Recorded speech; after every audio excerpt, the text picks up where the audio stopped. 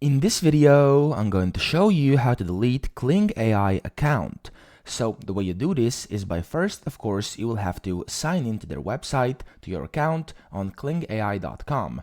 In here, once you're on the website, if you click your avatar up here, top right, you'll see that there's really no option to go into settings. You have My Creatives, the Help Center, Terms of Service, Privacy Policy, Contact Us, and API calls. And the last option is to sign out, which of course will not delete your account. So the only way, as of right now, to delete your account would be to click over here where it says Contact Us.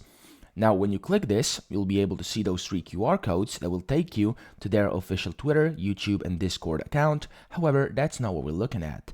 The thing you want to look at is this, which says send us an email via Kling at, and then their email. We will get to you ASAP. We are also welcome to follow us in these platforms.